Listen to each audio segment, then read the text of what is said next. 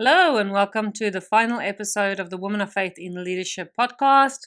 I'm super excited today to do an end of year review with you where I can discuss some things that you can review. If you haven't done an end of year review yet, this will be perfect for you.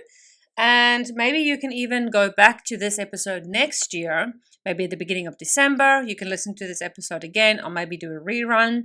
And we can have a look at what are some of the key things that you need to review at the end of the year in order to be able to set your vision for the following year. So in the following episode, I'll be sharing with you the vision of the show for 2025.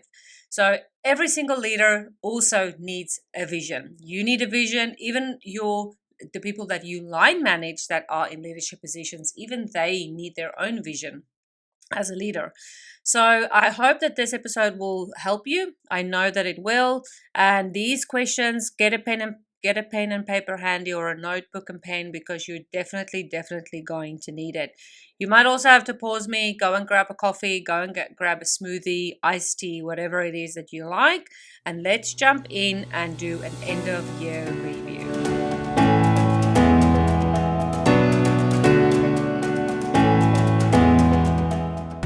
Leading as a woman is tough, but leading as a woman of faith is next level. However, it doesn't have to be that way. God has called you into this leadership role because He says you are worthy. You are His child, and if He qualifies you, who in this world can unqualify you? You might suffer from imposter syndrome and believe you're not good enough, but God says you are good enough. Hi, I'm Rika, Whelan, Christian leader and workplace culture coach, and together we're going to navigate leadership with faith as our foundation. Let's get started. Grab your coffee or water, keep that notebook and pen handy, and let's jumpstart your leadership. Now, if you've never done an end of year review before, I would highly encourage that you do this at the end of every single year. And what you can do is grab your diary, see where did you spend most of your time during the year so that you can tell, did I use my time wisely? And what did I spend my time mostly on? So if you, for example, go back to your diary and you go and have a look to see that, okay, I had 52 weekly meetings with this person that I line manage. Did we achieve anything? Or was it very wasteful? Do we need to move to fortnightly meetings? That's why an end of year review is so important, because you get to look back and you need to look at, okay, that was just one example of how you can do an end of year review for your time and in your calendar. So let's look at a couple of things that I would like to suggest for you to review. So the number one thing that you can review at the end of every single year is your individual growth as a leader. Go and have a look at your personal and professional development. You can go and have a look at what new skills did you acquire this year? What books did you read?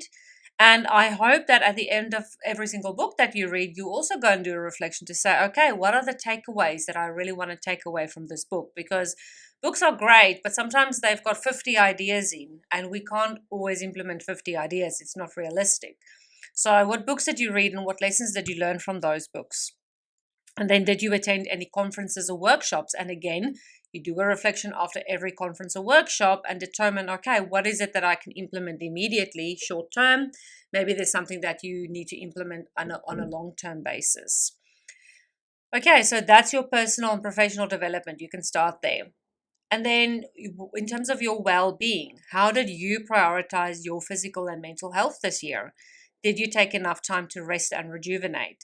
And now for those leaders who are in brand new leadership positions, I can guarantee that you did not prioritize your well-being. And, even leaders, if you've been in leadership position for a longer period of time, maybe you're getting better at that, but you're still not prioritizing it appropriately. So my suggestion with this reflection in terms of well-being is that you really need to go and have a look. Did you burn the candle on both ends? Or did you spend an appropriate amount of time at home than you did at work? And if you were at home, did you spend time with your family, or were you working whilst you were at home? So I bet you probably already know the answer to that. You've got some guilt feelings surrounding that, and I'm talking from experience here. I definitely did not prioritize my well-being whilst I was still working in a full-time position. And now I know that, yes, it's extremely important to prioritize my well being. And it's very hard for me, as someone who has been very addicted to work, someone who absolutely loves leadership and who just wants to serve my team.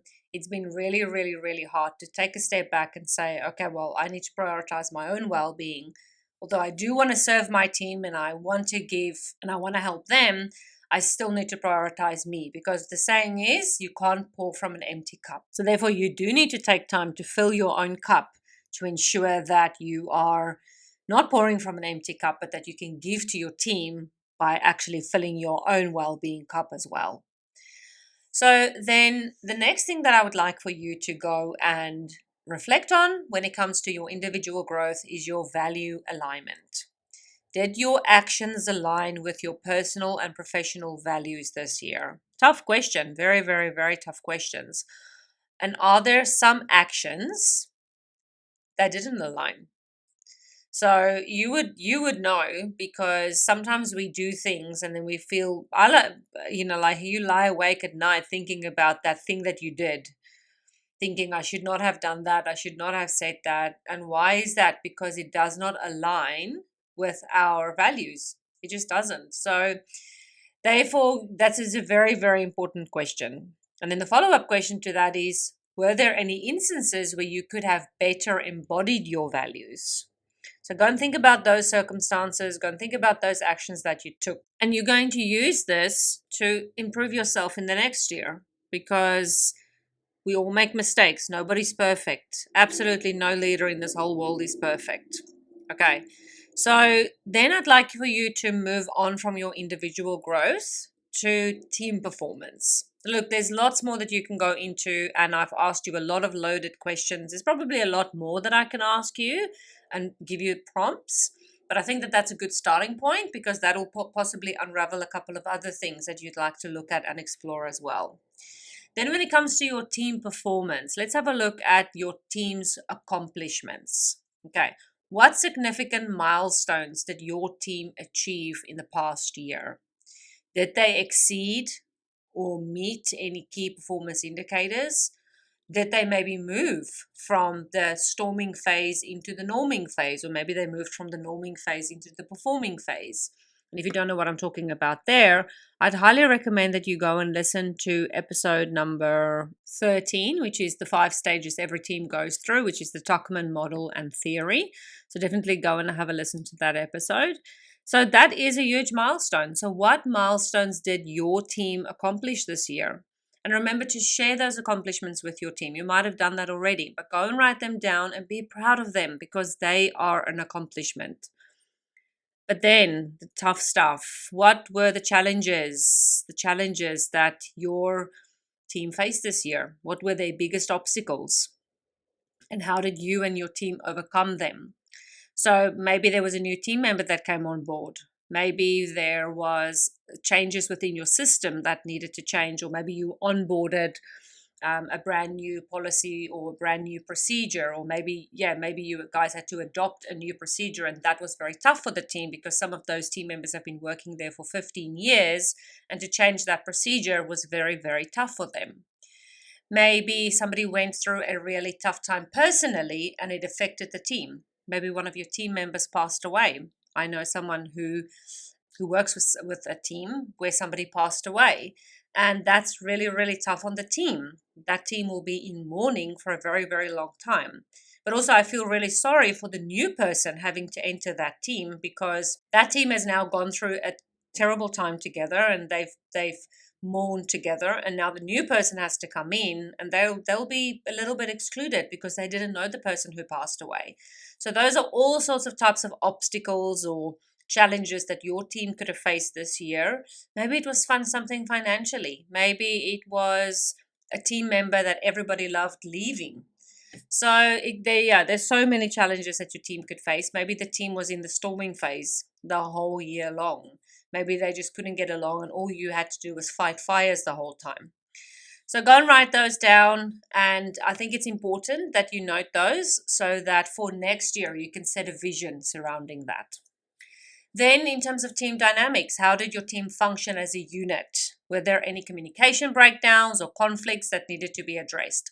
So in terms of this is quite crucial, because if you can identify those breakdowns or those conflicts or anything that needed to be addressed, again, you can set the vision and the tone for next year. You can go and see, okay, there was a major communication breakdown, and has something been done about it?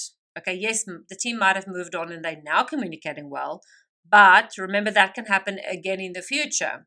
So if there wasn't training, or if there wasn't something that happened afterwards, maybe a meeting, maybe you just blew it off and you said, oh, well, the team's got to sort it out themselves. Well, maybe go and have a look at it again and think, okay, well, from a leadership perspective, what do I need to do here? And that's going to be what happened. And then for your future vision, which is the next episode I'm going to share, what can you do about that?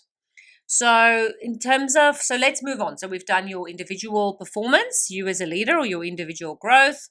We've done your team's performance.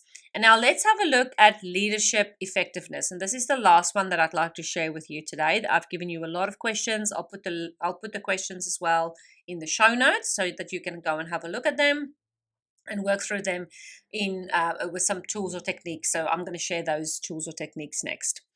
So the next thing I would like for you to look at is your leadership effectiveness. Number one is your decision making. How effective were your decision making processes? Did you involve the right people and gather sufficient data? Okay, so remember, before we can make decisions, we need to make sure that we have all the information. I mentioned this in the previous episode about making informed decisions. We need to make informed decisions. Were you able to make informed decisions, or did you just make a split-second decision and then an hour later you were like, oh, I really should not have made that decision. I should have waited. I was too quick, or my judgment was too quick. Or maybe it was positive. Maybe you made really good decisions this year that really played out well. So either way, you need to go and write those down, go and think about and reflect on those. And then if you made some really poor decisions this year, then again, that's going to help you to create your vision and set your vision for the future on how you can make that better and make sure that that does not happen again. And then in terms of your communication, how effectively did you communicate with your team, the stakeholders, and other key individuals? Now, this might be, you can reflect on this to say, I think I did so and so. However, one thing that you might have to do in this one that I would highly recommend is to seek feedback from others regarding your communication. There's no better way of getting feedback than asking other people. And I've shared this in another episode about end of year reviews. Is at the end of every single year, I would actually get people to review me. Nobody needed to do that. It wasn't part of any process in the company because my line manager reviewed me.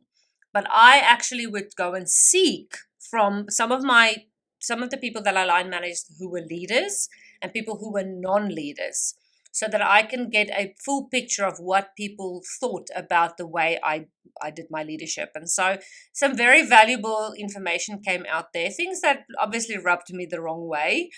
But again, that's important because, yes, I didn't necessarily want that feedback, but it was so important to see that, okay, that was that person's perspective.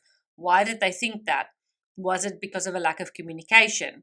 Was it because I didn't, because again, so I can give you an example. The example that I'm thinking about was regarding resources. The person said that I was quite selfish when it came to resources.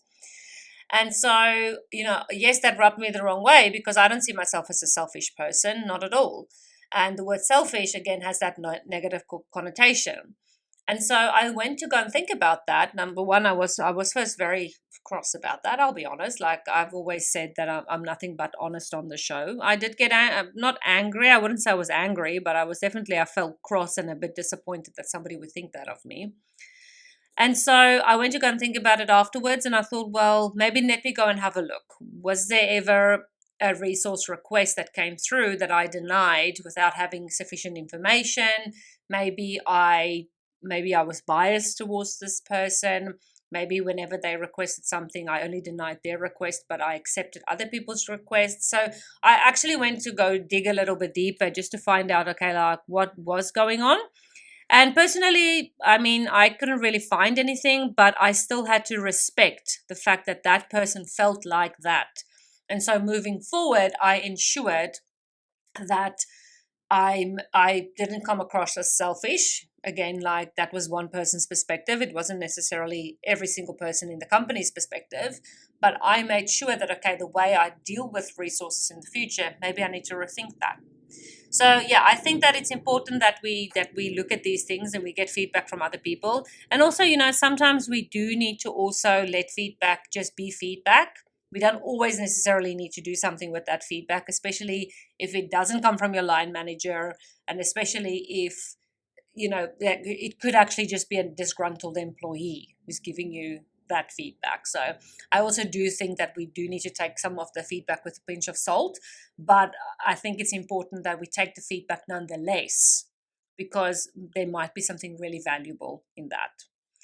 And then in terms of your delegation, so how effectively did you delegate your tasks and empower your team members? Okay, again, you can have an opinion on that, but to know exactly how you did that, you'd have to ask your team members. A really good one to ask is your leadership team, because your leadership team is meant to be able to be fully honest with you without the fear of retaliation from you. So if you've built a really good relationship with your leadership team, then I would say they should be honest with you. And then lastly, mentorship and coaching. Did you provide adequate support and guidance to your team members? And did you identify and nurture their talents? Again, you might have an opinion on that, but the best way to find out is by asking your team members. Again, I know I went through those very quickly, but I will put them in the show notes as well, so you can work through them in your own time. And now the final couple of things that I'd like to share with you when working through these questions is some tools and techniques. So the first one that I'd like to share with you is journaling. So as you're working through these reflections, journal about them. Journaling is a fantastic, it's a technique that has gained a lot of popularity in the last couple of years. And it's something that I also started doing, actually not whilst I was working full time. It was something that I started doing whilst I was working part time, because it was so time consuming. We don't always have to do full-on long, full sentence journaling like what I did. You can do bullet journaling. So I don't know if you've heard of bullet journaling before. Go and look it up. It's also a way just to do a shorter way of journaling. So you can do bullet journaling or full-on journaling with long, full sentences that you write. It's like write. It makes me think of writing in my diary when I was in primary school, or in year 4, 5, or 6. Which is for my international friends, that is around the age of 9 or 10, or maybe even 11.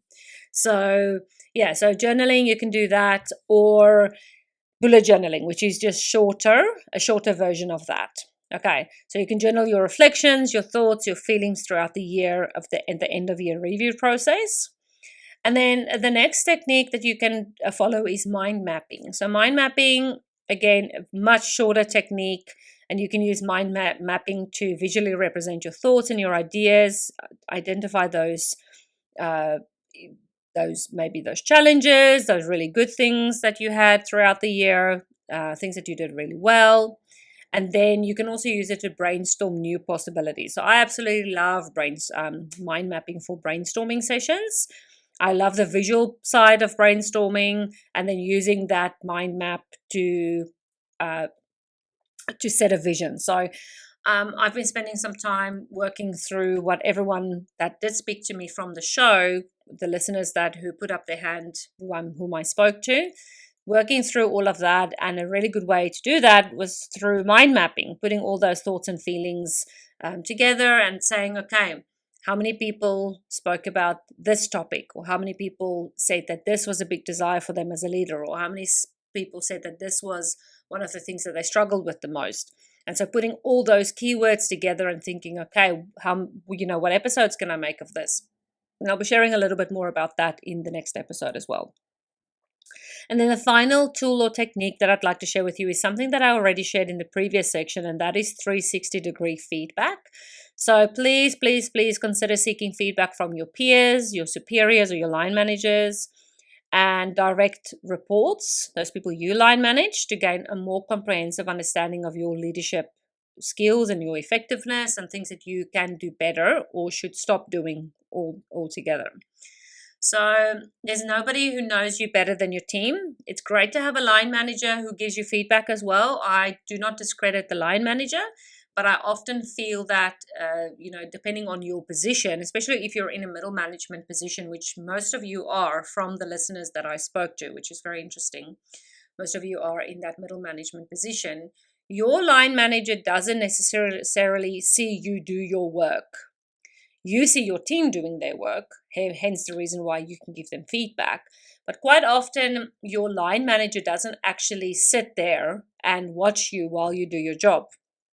I mean, obviously, you don't sit and micromanage your team either. But sometimes the line managers, your line manager, they're so busy line managing so many different people that they can't always give effective feedback. So the way we worked it out in my previous organization that I worked at is on a weekly basis. I would sit with my line manager and I would have to reflect on my own leadership with my line manager. So I would have to say, these were my challenges for the week. This was something that I'm very proud of. And this is some challenges that I'm facing for the next week, for the coming week, that I need your advice on. And so my line manager could create a real picture of where I'm at with my leadership. What does she need to mentor or coach me on? And so then at the end of the year review process, she would actually give me better feedback and help me set the vision for next year than just not having reviewed or seen me at all throughout the year. So I don't know what that looks like in your company in terms of your end of year review with your line manager, or if you've got an end of year like a performance review. I hope that you have implemented an end of year performance review for your team. If you've not done that yet, please go and have a look at episode 35, which is should you do annual performance reviews? And then the one that I did just prior to that one was episode number 34, go beyond boring goals with your team. So that also talks about setting a vision for your team, how they can set goals for the year, how you can help them set their goals for the year, and then doing those annual performance reviews. Look, it's not too late. I know it's the 30th of December today. It's not too late to do annual performance reviews. Not today, maybe not at the beginning of next year. But maybe when you get back and you're more fresh and you're rested, you can go and think about these questions that I asked you. Maybe you can go and ask the same questions to your team. Help them come up with a goal or a vision for themselves for next year that can really just help them, and to set realistic goals, not just these fluffy, sometimes, especially with KPIs, they can sometimes be a bit fluffy if they're not smart goals, if they're not specific enough. Some people just don't know how to achieve those KPIs, especially if they're not set specifically enough. So I know that a KPI is meant to be a key performance indicator, to know when you know exactly when you've achieved them. But I have seen some KPIs out there that you would not know how to achieve them unless you received a manual.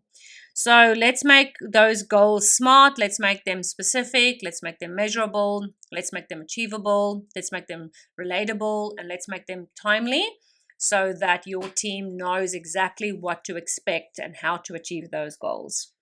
Okay, well, that is it. That is the end of the episode. And in next week's episode, I'll be sharing with you how you can use the information that you've used this week to set a vision for next year. I've purposefully not put the two episodes together because I really want you to take the time to do this end of year review. You're in that mode where you kind of don't know what day of the week it is because it's that week before Christmas and New Year. And some of you are going to get antsy where you kind of like, all right, I think I need to start preparing for my next year, and I need to start thinking about what next year is going to hold. This is the perfect way to start. This is a perfect place to start, to reflect on your year and then just take a little break again. And then from there, you're going to go into next year, set a vision, set and create a vision for next year with next week's episode. Even if you listen to this next week, when you're back at the office, or the week after when you're back at the office. But use this end of year review, use these questions, and it will really, really help you to move forward. Okay, so the final thing that I'd like to share with you at the end of this episode is just some amazing statistics for the show at the end of this year. Some of you might have listened to the episode last week where I shared that we have reached 10,000 downloads. So this podcast has been listened to 10,200 times. Now we're at 10,200 already. So I'd just like to thank you all for your support, because without your support, the podcast would definitely not have reached 10,200 downloads already. So that's amazing. And the show is mainly listened to. Let's quickly have a look at the overview. So the show is mainly listened to in the United States, and then in Australia. Let me just quickly change my settings here so I can see it all. Yes, okay, here. So we've got United States at the top, so mostly listened to in the USA. And then secondly, the show is mainly listened to in Australia. And then thirdly, in the United Kingdom. And then fourth, in South Africa. And then New Zealand, Canada, Nigeria, Germany, Madagascar, Iraq, Brazil, India, Philippines, Lesotho, Russia, Namibia, Uganda, Poland, China, Kenya, Malaysia, Spain, and many, many more places in the world, which can only be by the grace of God that this podcast is reaching so many women of faith in leadership all across the world. So thank you very much for your support. I really do appreciate it. And I'm excited to make some really exciting announcements in the next episode. So stay tuned for the next episode. I cannot wait to share with you what 2025 is going to hold. And I look forward to you coming to join the Facebook community. Come and join the community there. And I look forward to connecting with you there as well. Well, God bless. I hope you enjoy your New Year's Eve when you get there. And if you're listening to this episode in January, I hope you enjoyed it. And I hope you have a super, super blessed day, the rest of your day. And may God bless you and keep you safe.